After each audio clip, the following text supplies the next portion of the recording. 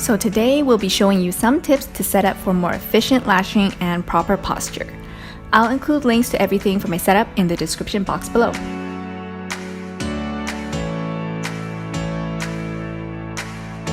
Okay, so you want the client's head to be right up to the bed edge so that you can get super close. And you want to get a bed and a bed cover that lets you slide your legs right underneath the bed.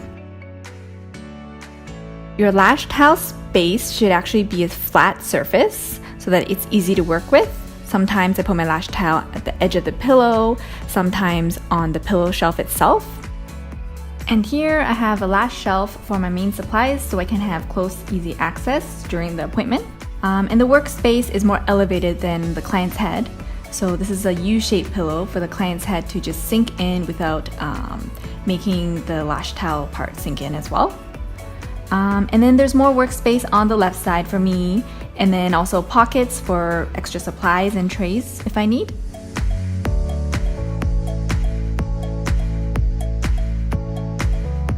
Okay, so when I'm working, I like to have the client's head right up to my chest area.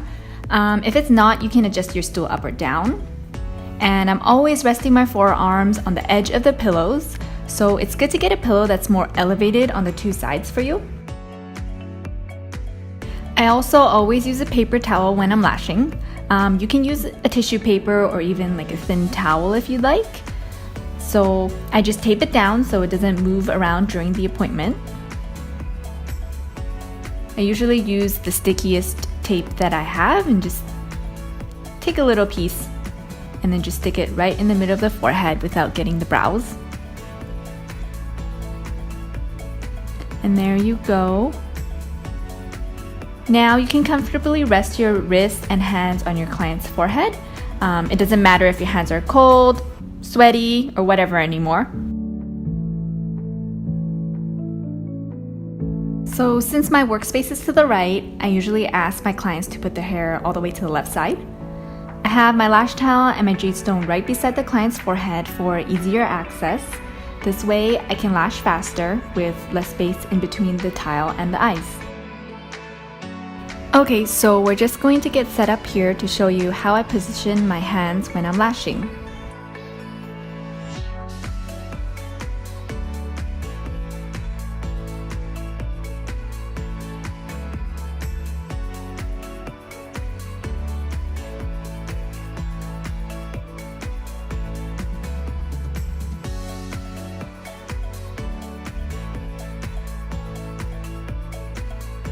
So when holding your tweezers, you actually want to focus a lot on the way you move your wrists.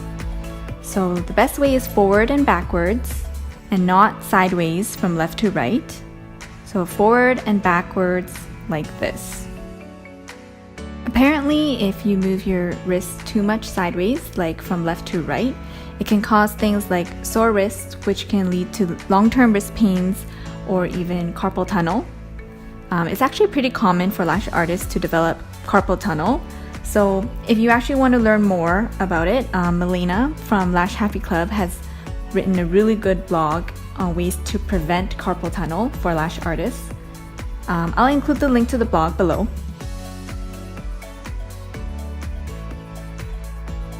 And as you guys can see, I am relying on the forehead a lot throughout the appointment.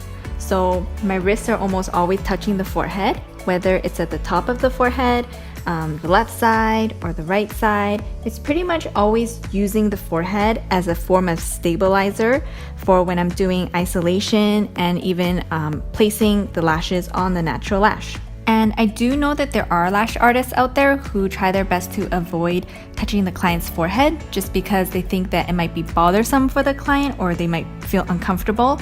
But imagine if you're lashing with your wrist mid-air. It's just so shaky and it just won't be stable. It's going to be really difficult to isolate and place the lashes on with precision. So I always just recommend to use the forehead. And honestly, believe it or not, clients actually do think that it's very comfortable to have this light pressure on their head while they're napping and relaxing. It's actually very relaxing for them. And as you can see, for the fans that don't pass the test, for example, if the fan isn't symmetrical enough or for whatever reason it is, I actually just place the fad that I don't like back on the paper towel. That way, it's just super convenient for me to just wrap it all up at the end of the appointment and then just dispose of the paper towel. When it comes to doing the outer corner lashes, I know sometimes it can be tricky to see, but just don't forget that you can actually move your entire body. You can do things like turn your head over to the side, or you can lean your body over, or you can even roll your stool over to one side of the bed. Whatever it takes for you to see those corner lashes, you can move your body. The less you move your body during lashing, the more sore you're going to get at the end of the day. So make sure that you're moving around so that you aren't always staying in the same position for the whole 2 hours at a time. If you like to lash one eye at a time, don't be afraid to ask your clients to turn their head to the side. It actually helps a lot with your vision, and that way you can actually focus on lashing that one eye. And then when you're finished lashing that one eye, you can tell them to turn to the other side. Most of the time, the client doesn't even mind moving their head from side to side. Instead of staying in one position for the entire 2-hour appointment, sometimes they'd actually rather move their head to the right for 1 hour and then move their head to the left for the other hour.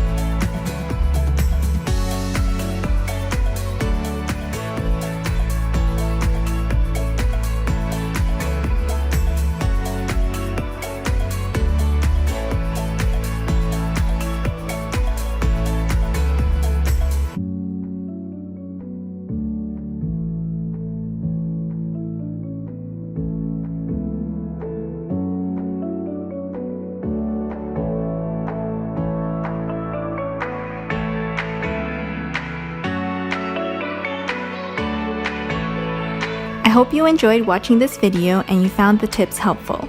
If you have any other questions, please feel free to leave it down below.